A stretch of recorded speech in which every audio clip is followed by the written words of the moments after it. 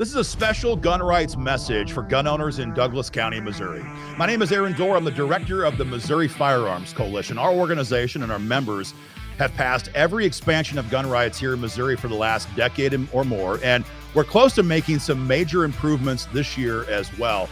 But I need to talk to you for a moment about your sheriff, Chris Degase.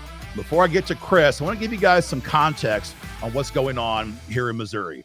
As you may remember, in 2021, Missouri passed the Second Amendment Preservation Act. We call it SAPA for short. SAPA told Joe Biden he could not use Missouri cops to enforce federal gun control laws in our state. We needed this because Biden was signing executive orders as fast as he could, bypassing Congress, bypassing the Constitution, and trying to force local law enforcement to enforce these orders.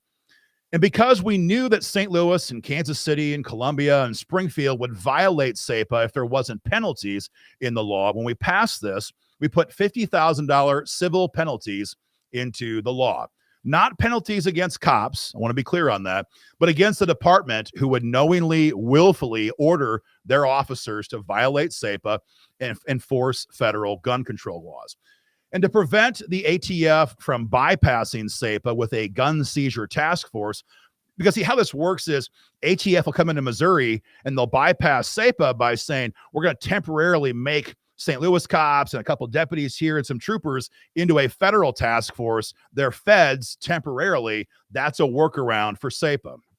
Because we knew that was a risk, SAPA also said Missouri cops could not be involved with any federal gun seizure task forces. Now, SAPA passed easily in 21. Governor Parsons signed it. And then Eric Schmidt and Andrew Bailey, both of our previous attorneys general, defended this in court for a number of years.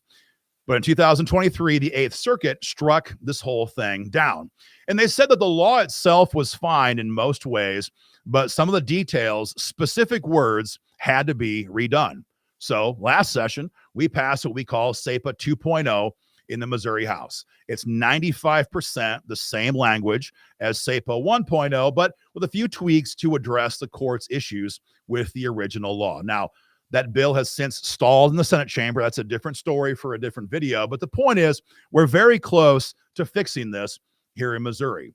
And I don't know about you, but I think we have to get this done very quickly. We're going to have a new president before we know it. And if it's a Democrat, he or she is going to be much, much worse than Joe Biden ever was. We all know the Democrats are going to come back at us with everything they have if they ever get the power to do it again. But here's the problem. A new organization has sprung up here in Missouri calling itself the Missouri Sheriff's Constitutional Firearms Alliance. It sounds great. I mean, that's a great name, not going to lie. The problem is none of that's true. The primary purpose of this organization is to try to kill the Second Amendment Preservation Act here in Jefferson City with deceit. And your sheriff, Chris Degase, is the president of this new organization.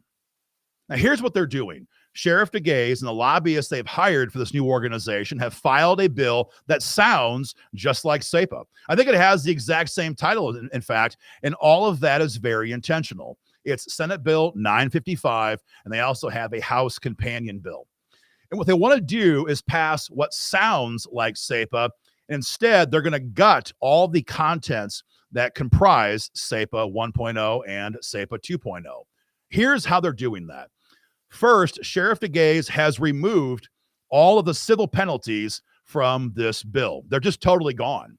So these days, if this new version were to pass, if a gun owner says that St. Louis PD or Kansas City or whatever violated SAPA and enforced federal gun control, this new version of SAPA, the fake version of SAPA, literally allows or instructs the department to investigate itself. I mean, it's terrible, terrible stuff. It's right here on page 2, lines 9 through 11. It says, shall investigate such employee for potential discipline up to and including termination of employment. So first, the department gets to investigate itself, and then they get to decide the penalty. They've destroyed the actual penalties in SAPA. Then the bill specifically allows for law enforcement, for Douglas County Sheriff's deputies to be a part of an ATF gun seizure task force and confiscate firearms. Why would Sheriff Degase push for this? I don't know, but it's right here. It's page 1, lines 8 through 9, where it says, nothing in these sections shall prohibit law enforcement from working on federal task forces. Now, I want to be clear on this. We have all kinds of room for task force work in SAPA 1.0 when it first passed and SAPA 2.0. We say very clearly, if you want to help President Trump deport violent foreign nationals with ICE, please do. If you want to help apprehend violent fugitives on a task force, please do.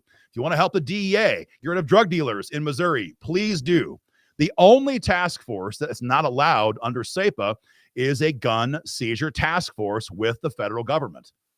I don't know any gun owner in southern Missouri, and I don't know any sheriff, honestly, in Missouri who wants to have their deputies, their officers, helping to carry out a federal gun seizure order on behalf of the federal government. This bill also creates massive carve-outs, Missourians who would not be protected by SAPA. And the original version of SAPA and SAPA 2.0 says that felons are not protected.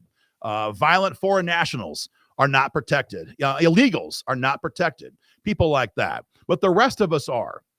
The fake version of SAPA that Sheriff Degase is pushing, though, denies SAPA coverage to anyone who is, quote, under an investigation for any crime or anyone who could be a danger to themselves, end quote. Well, as you probably know, folks, that's what a red flag gun seizure is.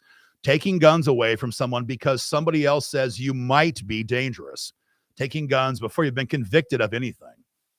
And these two carve-outs give so much wiggle room to SAPA that law enforcement in blue cities, law enforcement in blue counties could go after anybody. Now, I know there's a lot of detail packed into this video. I'm going to summarize it for you very simply. This bill steals the name of the Second Amendment Preservation Act, and it guts the penalties.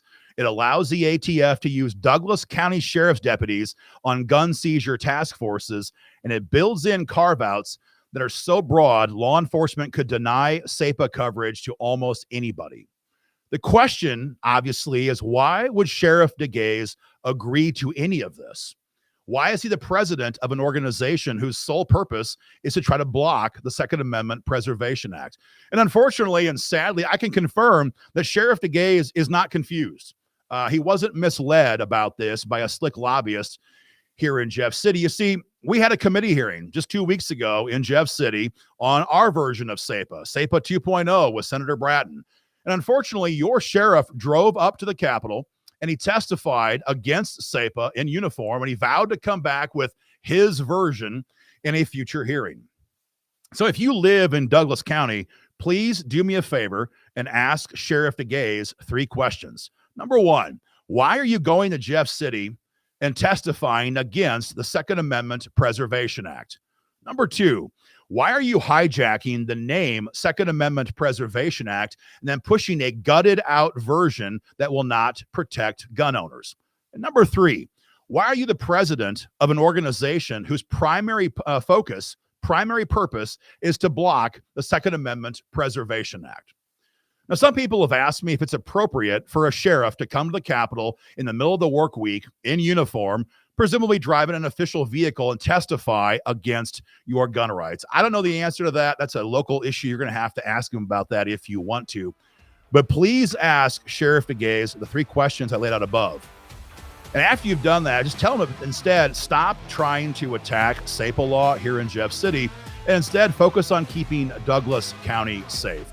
Guys, that's our video. Please do me a favor and share it on social media. Make sure other gun owners in Douglas County know what's happening right now here in Jeff City.